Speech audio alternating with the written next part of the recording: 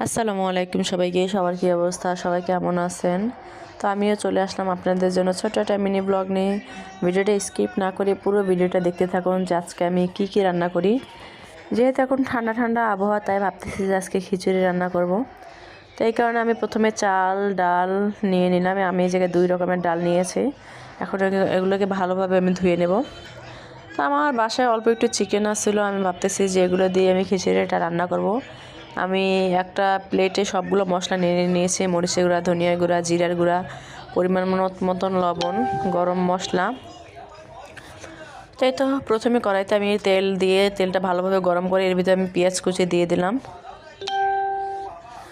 পেঁয়াজ কুচি দেওয়ার পরে পেঁয়াজটাকে আমি ভালোভাবে ভেজে নিয়েছি। এখন এর ভিতরে আমি হালকা একটু পানি দিয়ে দেবো যাতে মশলাটা না পড়ে যায়। তাই তো এখন এর ভিতরে আমি প্রথমে দিয়ে দিচ্ছি আদা রসুন বাটা। আমি এক এক করে সবগুলো মশলা আমি দিয়ে দিয়েছি।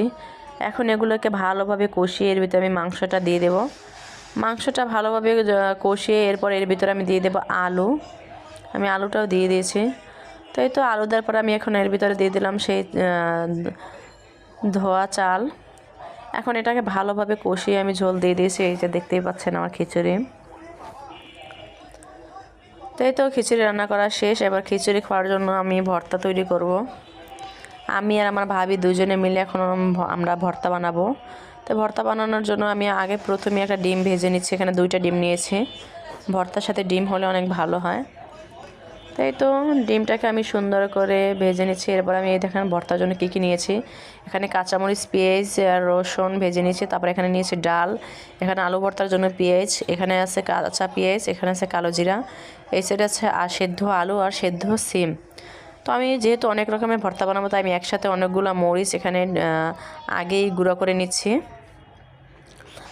মরিচ গুঁড়ো করার পর এই তো আমি প্রথমে এখানে বানাবো হচ্ছে আলু ভর্তা। এই কারণে আমি ভাজা পেঁয়াজ আর মরিচ ভালোভাবে একসাথে মেখে নিলাম। মেখে নেওয়ার পরে এখন আমি আলু ভর্তাটা তৈরি করা আমার হয়ে গেছে। এখন আমি তৈরি করব ডাল ভর্তা। যারা আমার চ্যানেলটিতে নতুন আছেন অবশ্যই আমার চ্যানেলটি সাবস্ক্রাইব করে দিবেন। ভিডিওটা ভালো লাগলে অবশ্যই লাইক কমেন্ট করে দিবেন। তো এই তো ডাল ভর্তা করার পরে এখন আমরা এখানে করব হচ্ছে সিম ভর্তা।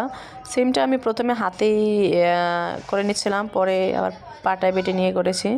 এরপর এই তো এখানে করে নিচ্ছি আমি চিংড়ি মাছ ভর্তা। চিংড়ি মাছ ভর্তা করার পরে করব ধনিয়া পাতা ভর্তা কাঁচামরিচের সাথে।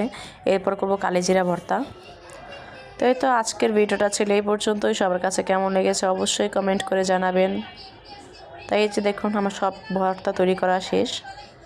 আজকের ভিডিওটা ছিল এই পর্যন্তই। সবাই ভালো থাকবেন। আল্লাহ হাফেজ।